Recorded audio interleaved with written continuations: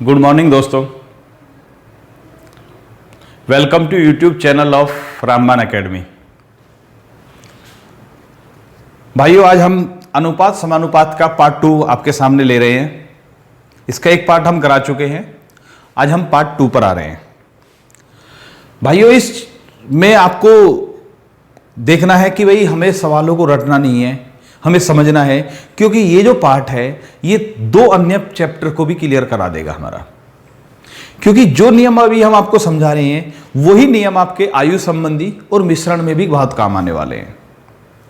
तो इसलिए इस पार्ट को आप बड़े गौर से देखें, एक एक चीज को समझकर चले, क्योंकि जैसे जैसे आप सवालों में आगे बढ़ते रहेंगे तो आपको पता चलता रहेगा कि अगर आप केवल ट्रिक पर आश्रित है तो कामयाब नहीं हो पाएंगे। कुछ गिने चुने सवाल ही ट्रिक से होते हैं, सारे सवाल नहीं होते। तो इसीलिए आपको समझना है जिससे कि ये चैप्टर भी क्लियर हो और आने वाले 2 चैप्टर भी आपके अच्छी तरह से क्लियर हो जाए। तो शुरू करते हैं आज का चैप्टर हम। ठीक है, पहला सवाल बिल्कुल आसान सा लेते हैं हम। अनुपात समानुपात में 3 संख्याओं में 3, 8, 4 का अनुपात है। यदि दूसरी संख्या पहली संख्या से 85 से अधिक है, ये जो संख्या है ये इस संख्या से 85 से अधिक है, तो तीसरी संख्या का मान बताओ।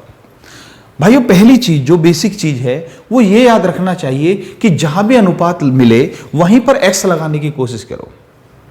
अब बहुत सारे ऐसे होते हैं जो x को देखते ही डर जाते हैं। भाई देखिए, x जो है ना हमारे दिमाग का हुआ है, बाकी x सवालों को आसान बनाने के लिए प्रयोग होता है। ठीक है, आप सोच रहे कि ट्रिक ही है, अगर आप अगले तीसरे चौथे सवाल पर जाएंगे तो आपको पता चल जाएगा कि बगैर x के बहुत कितनी प्रॉब्लम आनी है, कितनी सारी चीजें याद रखनी है, और x में है भी कुछ नहीं। तो थोड़ा सा समझने की कोशिश कीजिए एक बार, तो आपको तीसरे चौथे पर आपका क्लियर होगा सवाल पर। देखिए ये क्या कह रहा है, 3 संख्या है, पहली 3, 8, 4 का अनुपात है। तो जहां भी अनुपात है वहीं पर x टिका दिया हमने। अगर x नहीं समझना चाह रहे तो भाग ले सकते हैं कि पहली संख्या 3 भाग है, दूसरी 8 है, तीसरी संख्या 4 भाग है। लेकिन x बहुत आसान कर देता है। ये कह रहा है दूसरी संख्या पहली संख्या से 85 से अधिक है, ये वाली संख्या इससे 50 से अधिक है। तो अगर देखेंगे तो कितना फालतू है, 5x फालतू है। ये 3x है, ये 8x है, तो ये 5x फालतू है। और ये कितना कह रहा है, कितना अधिक है, कितना फालतू है, 85 फालतू है। तो इसका मतलब 5x बराबर 85। तो जब 5x बराबर 85 है तो 1x की वैल्यू कितनी हो जाएगी, 17 हो जाएगी।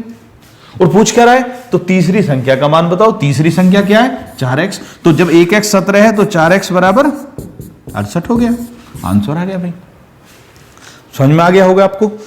तो देखिए, मेन चीज ये है कि आप अगर बेसिक करके चल रहे हैं तो बहुत अच्छा है। ट्रिक मिल जाए उसके बाद एक्स्ट्रा चीज हो जाए, अच्छी बात है। लेकिन अगर केवल आप ट्रिक पर आधारित है, सोचे कि एक्स का प्रयोग करना ही नहीं है, तो आप बहुत कमजोर रह गए भाई। देखिए, आप एक निश्चित किताब के कर सकते हो, लेकिन दूसरी किताबों के कैसे कर पाएंगे। ठीक है, ओके भाई। दूसरे भाई अगर आप इन सवालों को देखेंगे तो आपको पता चल जाएगा कि आप में से बहुत सारे भाई ऐसे होंगे जिन्होंने इस टाइप के सवाल पढ़े हैं, लेकिन ये वाले सवाल नहीं पढ़े होंगे। ठीक है, तो वो क्योंकि हमारे जो सवाल होते हैं हम खुद बनाते हैं, ऐसा नहीं कि किसी भी किताब से कॉपी कर दिया जाए। ओके, तो इसीलिए आ जाइए भाई दूसरे सवाल पर। 2 संख्याओं में 4, 3 का अनुपात है। यदि दोनों संख्याओं का गुणनफल 300 हो तो पहली संख्या क्या होगी। भाई वीडियो पॉज कीजिए और सवाल को करके देखिए। ओके, बहुत अच्छे। आप, मुझे उम्मीद है आपने आंसर लिख लिया होगा। तो 2 संख्याओं में 4, 3 का अनुपात है। यदि दोनों संख्याओं का गुणनफल 300 है तो पहली संख्या क्या होगी। भाई अगर आपने आंसर 100 दिया है तो आपका सवाल गलत हो गया भाई। सही आंसर 20 है भाई। क्यों है वो देखते हैं। देखिए, 2 संख्याओं में 4, 3 का अनुपात है। पहली संख्या 4x, दूसरी 3x, और दोनों संख्याओं का गुणनफल बराबर 300। तो 4x गुणा 3x बराबर 300। अब मैंने कैसे बताया कि भाई बहुत सारे भाई ऐसे होंगे जिन्होंने 100 किया था। अब चेक कर लेना भाई। देखिए, ये छोटी छोटी चीजें होती हैं, छोटी छोटी चीजें मिलकर ही आपको परफेक्ट बनाती हैं, ये ध्यान रखना। और बहुत सारे कहेंगे जी ये तो कोई बड़ी बात नहीं है। मैं कहां कह रहा हूं बड़ी बात है, छोटी बात है, लेकिन सवाल गलत करते हैं। 10% लोग तो होंगे ना एग्जाम हॉल में बैठने वाले जो इसको गलत करते हैं। आपको उन 10% में नहीं आना, बस हम ये समझाना चाह रहे हैं। समझ में आ गया ना? छोटी चीज, आसान सवाल को अगर आप गलत कर रहे हो तो दिक्कत हो जाएगी ना, आप पिछड़ जाओगे भाई कंपटीशन में। तो इसीलिए हम आपको पहले ही बता देते हैं कि यहां पर गलती होने की संभावना है। तो बहुत सारे क्या गलती करते हैं उसको देखिए। अब 4x गुणा 3x बराबर 300, तो बहुत सारे करते हैं 12x बराबर 300। ये कौन करते हैं? जिनका मैथ कमजोर होता है, या तो वो करते हैं या फिर वो करते हैं जो मैथ तो अच्छा होता है लेकिन जिन्हें जल्दबाजी होती है। ठीक है, 12x बराबर 300, जबकि क्या होगा 4x और 3x 12 हो गया, 4 और 3 12 हो गया, x और x की भी तो गुणा होगी ना, x स्क्वायर हो जाएगा। 12x स्क्वायर बराबर 300, तो x का वर्ग बराबर 300 बटे 12 बराबर 25 बराबर 5 का वर्ग। तो x बराबर क्या आ गया? x बराबर 5 आ गया। तो पहली संख्या 4x यानी 20, दूसरी संख्या 3x बराबर 15। अब बहुत सारे भाई ऐसे होंगे जो इसमें थोड़ा सा कंफ्यूज हो गए होंगे, तो कंफ्यूजन को दूर कर देते हैं भाई। एक काम करते हैं हम, जिनका मैथ थोड़ा कमजोर है वो आगे भी देख लीजिए। 4x गुणा 3x बराबर 300, तो हम क्या करते हैं, इस वाले x को और इस वाले x को यहीं रोक लेते हैं, 4 और 3 को इधर ले जाते हैं,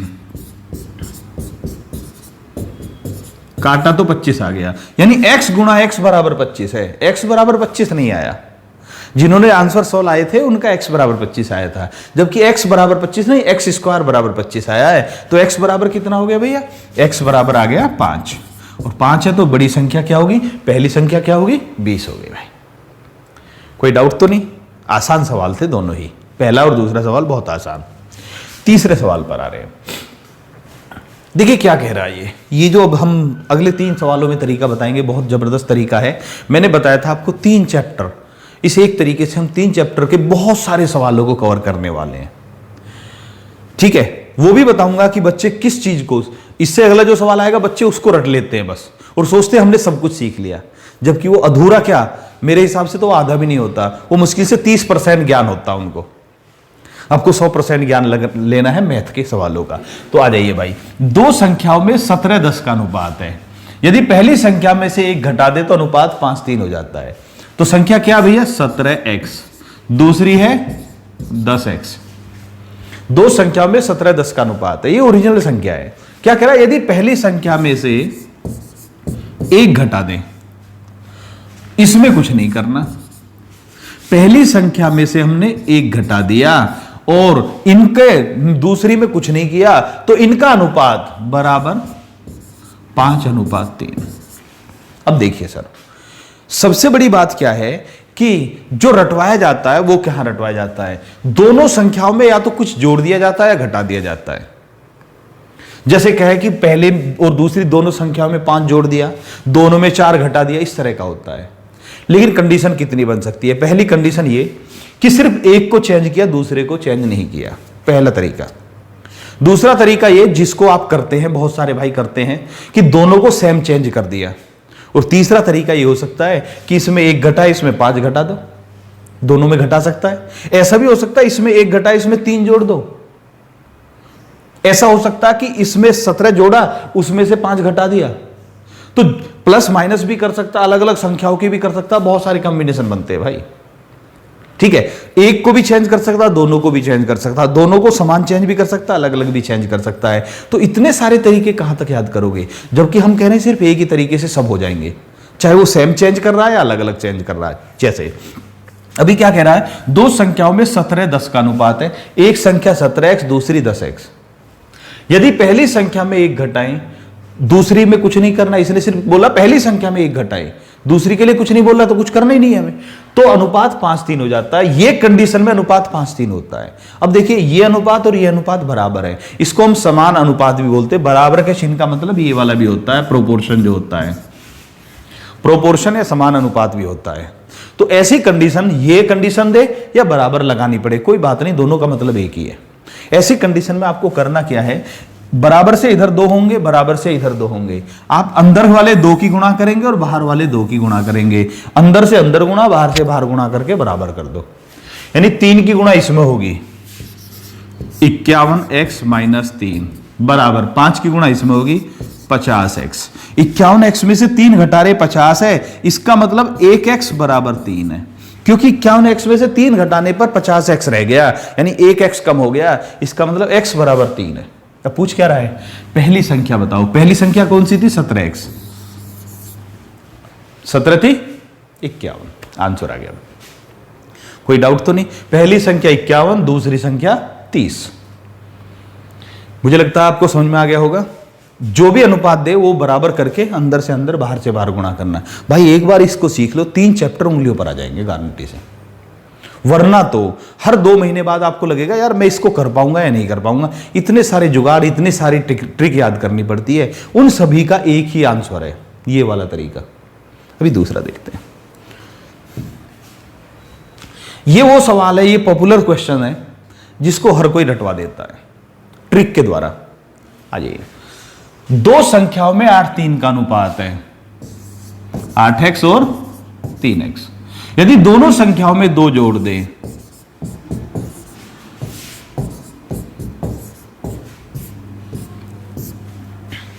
यदि दोनों संख्याओं में 2 जोड़ दे तो अनुपात 5-2 हो जाता है। ये रटवाया जाता है जहां पर दोनों संख्याओं में समान चेंज किया जा रहा है, या तो जोड़ा जाता है या घटाया जाता है। और बच्चे इसको रटने के बाद सोचते हैं हमने बहुत बड़ा तीर मार लिया भाई। जबकि अभी मैंने बताया एक में भी चेंज हो सकता, दोनों में भी हो सकता, दोनों में अलग अलग भी चेंज हो सकता भाई। इसमें 2 जोड़ा, इसमें 5 घटा दिया, इसमें 11 जोड़ा, उसमें 19 घटा दिया, या दोनों में एक में 50 जोड़ा, एक में 38 जोड़ दिया, ऐसे भी हो सकता है भाई। कहां तक आप करोगे? अलग अलग चीजों को कहां तक समझोगे? सीधा सा एक तरीका। जब तक आप सोचेंगे यार कौन सा तरीका लगाए इसमें, तब तक तो आप करके निकल चुके होगे। समझ रहे हो ना सर? आइए देखते हैं। तो ये 2 संख्याएं थी, इनमें दोनों में 2 जोड़ दे तो वही कंडीशन आ गई, अंदर से अंदर बाहर से बाहर। करने में लगता है कि भाई टाइम लगेगा, टाइम नहीं लगता। जब तक उसमें सोचते हैं हम तब तक तो ये हो जाता है भाई। 16x जमा 4 बराबर 15x जमा 10। इसको इधर ले जाओ, इसको इधर ले जाओ। 15x घट गया x और 4 उधर घट गया 6, x बराबर 6 आ गया। अब पूछ रहा दूसरी संख्या 18 आ गई, आंसर हो गया भाई। एक बार x की वैल्यू आई तो जिसको पूछ रहा फिर तो आप बता ही सकते हैं भाई। एक और देखते हैं सर, उसी टाइप का सवाल। जैसे इसमें ये कह रहा है 2 संख्याओं में 5-9 का अनुपात है। यदि पहली संख्या में 2 जोड़ दे और दूसरी संख्या में 3 घटा दे तो दोनों में 2-3 का अनुपात हो जाता है। देखिए ध्यान से, एक में 2 जोड़ रहा है, एक में 3 घटा रहा है, एक में प्लस कर रहा है, एक में माइनस कर रहा है, और संख्या भी अलग अलग कर रहा है भाई।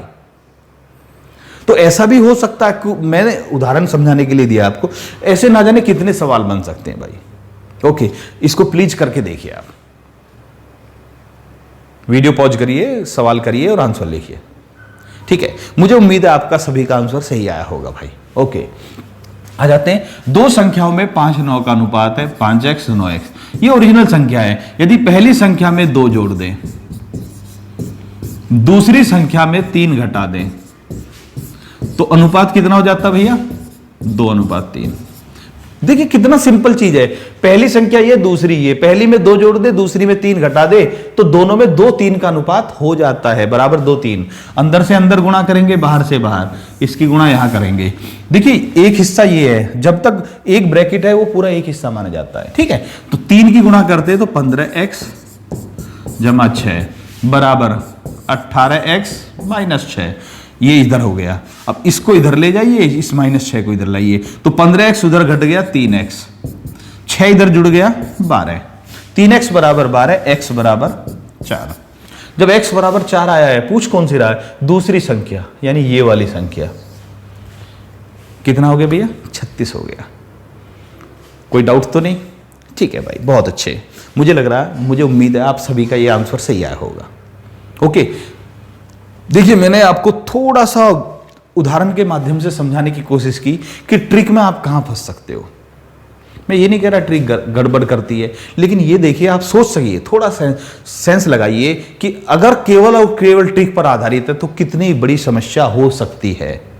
ये छोटे छोटे सवाल दिए मैंने 3, और इन सवालों का विस्तार बहुत ज्यादा है। जब हम पहुंचेंगे मिश्रण वाले चैप्टर में, उसमें बहुत बड़ा एरिया बन जाएगा इसका। जबकि अगर आप इसी तरीके को जानते हो तो मिश्रण उंगलियों पर आ जाएगा भाई, बहुत आसानी से हो जाएगा, ठीक है? और आयु संबंधी बड़े आराम से हो जाएगा इसी तरीके से। तो 3 चैप्टर एक ही तरीके से हो रहे हैं, बाकी अगर आप ट्रिक कर रहे हैं तो कितनी सारी ट्रिक लानी पड़ेंगी, ये आप जानते भी होंगे बहुत सारे भाई, और बहुत सारे समझ रहे होंगे। इतने अलग सवाल, अलग ट्रिक, तो उन सभी को याद करने का झंझट खत्म। आपको याद करना है, जीके को याद करिए, मैथ को समझकर एक बार करके फाइनल बैठ जाइए। याद रखना, मैथ ऐसी चीज है, अगर आपने एक बार अच्छी तरह से कर लिया तो फिर हल्का फुल्का रिवीजन चाहिए उसमें। ये नहीं कि आप रोजाना 5 घंटे मैथ पर दें। समझ में आ गया ना? उस टाइम को बचाइए जीके के लिए, क्योंकि जीके का क्षेत्र बहुत वाइड है भाई। ओके, और इसमें रिस्क भी नहीं होना चाहिए। हम चाहते हैं कि अगर किसी एग्जाम में आपके 50 सवाल आ रहे हैं मैथ के, तो 50 में से 50 सही होने चाहिए, 48-49 नहीं होने चाहिए। ओके, और वो तब संभव है जबकि आप बेसिक क्लियर करके चले तो। ओके, आगे बढ़ते हैं भाई। बहुत आसान सा एक सवाल है, 3a जमा 7b बराबर 5a माइनस 3b, तो a अनुपात b बराबर क्या? a और b का अनुपात पूछ रहा है। ये वो वाला सिस्टम नहीं है, ये अलग तरह का सवाल हो गया। 3a में 7b जोड़े तो 5a में से 3b घटाने के बराबर हो जाता, तो a अनुपात b बराबर क्या है? अब देखिए, एक ये है, एक ये है, हमारे पास दोनों तरफ a है, दोनों तरफ b है, और हमें a अनुपात b यानी a बटे b चाहिए।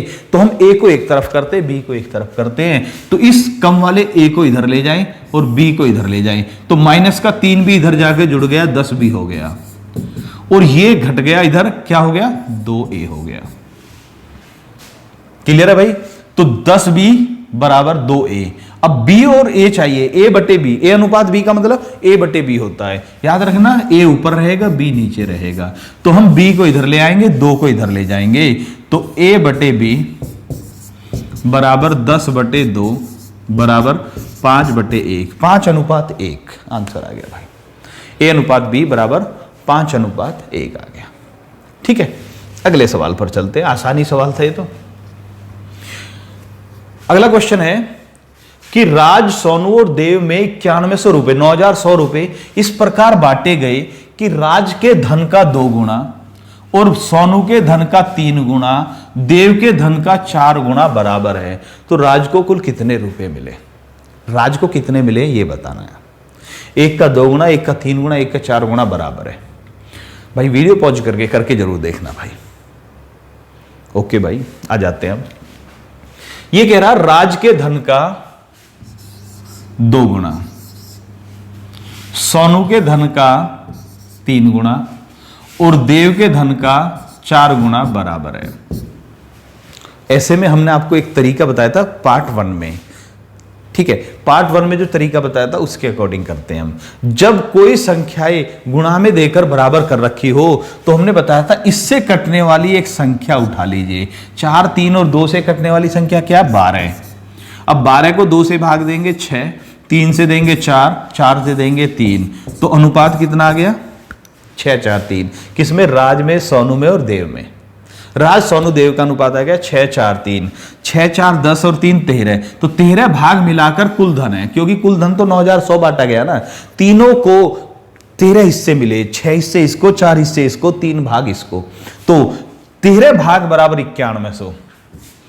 13x बराबर 9100, भाग भी लिख सकते हो आप, x बराबर 700, 9100 बटे 13। ठीक है, x बराबर 700। पूछ किसका रहा है? राज को कुल कितने मिले? राज फर्स्ट है तो इसको 6 हिस्से मिलेंगे, एक हिस्सा 700 है, तो 6x बराबर 4200 रुपए। आंसर आ गया भाई 4200। x लगाकर वो तो समझ ही रहे हो आप, यहां भी x लगा लीजिए। क्लियर है भाई? पार्ट 1 का हमने पहला पोर्शन उठाया थोड़ा सा, और बाकी ये है। ओके, अगले भाग में चलते हैं भाई। अगले क्वेश्चन पर 2 व्यक्ति हैं, रमेश और दीपेश के पास कुल 1800 रुपए हैं। रमेश के धन का 2 गुना, दीपेश के धन के 3 गुणे में 4-3 का अनुपात है, तो रमेश के पास कितना धन है? देखिए भाई, पहले जो कुल रुपए उसको थोड़ी देर के लिए अलग समझिए। पहले जो उसने बोला है ये देखते हैं। रमेश के धन का 2 गुना, दीपेश के धन का, R for Ramesh, D for Dipesh, के धन का 3 गुना, रमेश के धन के 2 गुणे और दीपेश के धन के 3 गुणे में बराबर 4-3 का अनुपात है। कह सकते हैं ना भाई, ठीक है। रमेश के धन का 2 गुना, दीपेश के धन का 3 गुना बराबर 4:3। अंदर से अंदर बाहर से बाहर गुणा करेंगे तो 6R बराबर 12D। क्लियर हो गया। 6R बराबर 12D तो 1R बराबर 2D या R/D बराबर 2:1।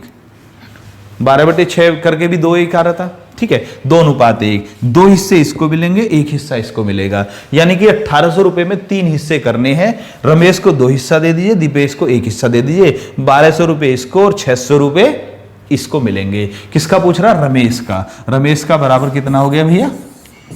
1200 रुपए। क्योंकि 2 भाग देने, 3 भाग करेंगे इस 1800 के, 1 भाग हो जाएगा 600। रमेश को 2 भाग देने, 1200 रुपए रमेश को मिलेंगे, 600 रुपए दीपेश को मिलेंगे।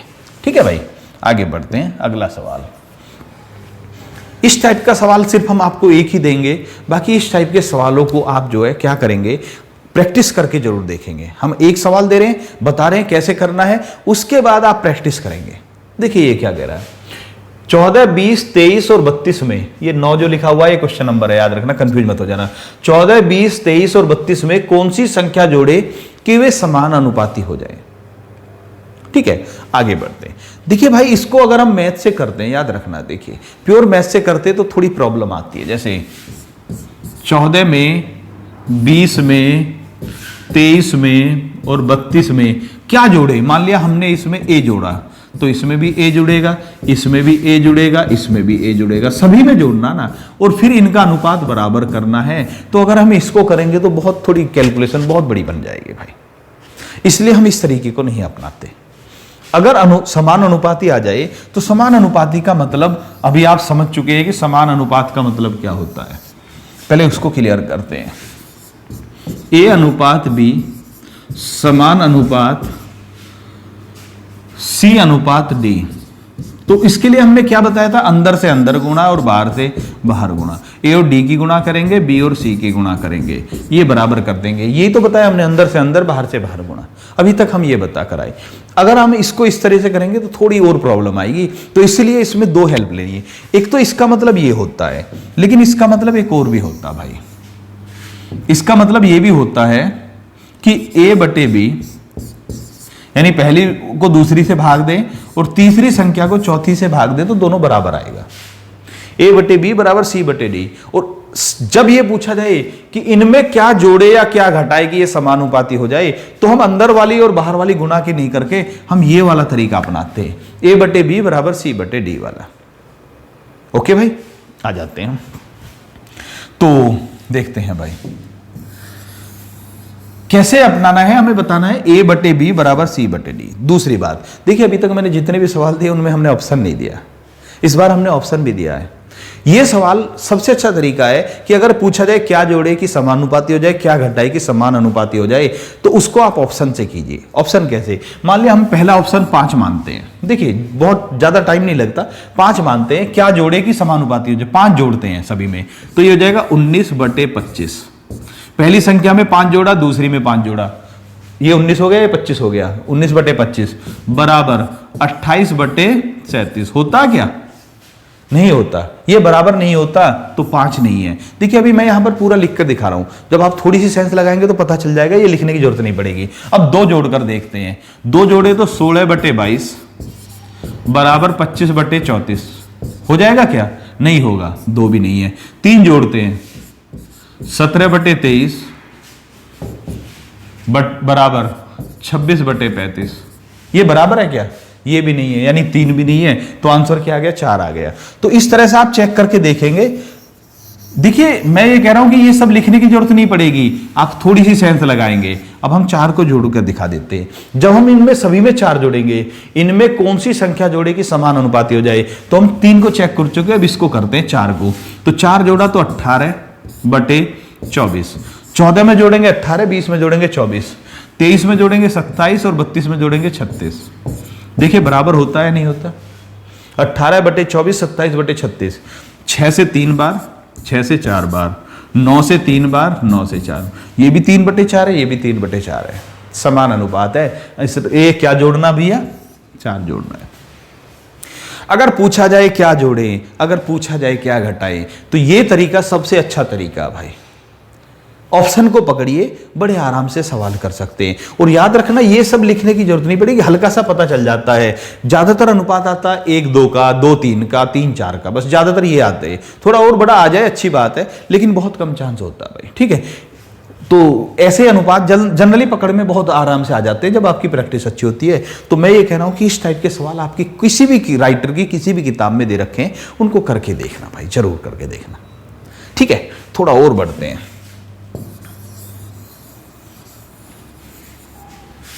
अगले क्वेश्चन को देखते हैं। क्वेश्चन नंबर 10, 51,000 रुपए को 4 पुरुष 6 स्त्री और 10 बच्चों में इस प्रकार बांटा गया कि प्रत्येक पुरुष को प्रत्येक स्त्री से 1.5 गुना मिला और प्रत्येक स्त्री को प्रत्येक बच्चे से 2 गुना मिला। तो प्रत्येक बच्चे को कुल कितने रुपए मिले हैं? प्रत्येक बच्चे, एक बच्चे का कितना रुपए मिल रहे हैं ये बताना आपको। आ जाते हैं भाई, वीडियो पॉज करके आप भाई जरूर करके देखें और कमेंट में आपको बताना है कि 10वां और 11वां सवाल आपके ठीक हुए या नहीं हुए। अभी एक सवाल और देंगे हम, 10वां सवाल ये है, 11वां सवाल भी के बारे में भी आपको कमेंट करके बताना है कि 10वां आपका सही था या गलत था, 11वां आपका सही था या गलत था, जरूर करके बताएं। ओके, अब आ जाते हैं, देखिए क्या कह रहा है। पहले हम बात करते हैं पुरुष, स्त्री और बच्चे की, ठीक है। क्या कह रहा है? प्रत्येक पुरुष को प्रत्येक स्त्री से 1.5 गुना मिला, प्रत्येक स्त्री को प्रत्येक बच्चे से 2 गुना मिला। मान लिया बच्चे को मिला A रुपया, एक बच्चे को A रुपया, तो स्त्री को कितना मिला भैया? 2 गुना 2A। प्रत्येक स्त्री को प्रत्येक बच्चे से 2 गुना मिला और जितना स्त्री को मिला उससे 1.5 गुना पुरुष को मिला, 3A। तो एक बच्चे को A रुपये मिलता तो उससे 2 गुना स्त्री को मिलता 2A, और जितना स्त्री को मिलता उससे 1.5 गुना पुरुष को मिलता है 3A। क्लियर हो गया? आगे बढ़ते हैं। ये एक बच्चे की बात है, एक स्त्री की बात है, एक पुरुष की बात है। ये कह रहा 4 पुरुष हैं, एक मिनट,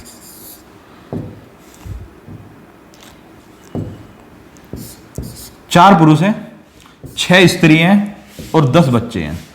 ये एक बच्चा, एक स्त्री और एक पुरुष की बात चल रही थी।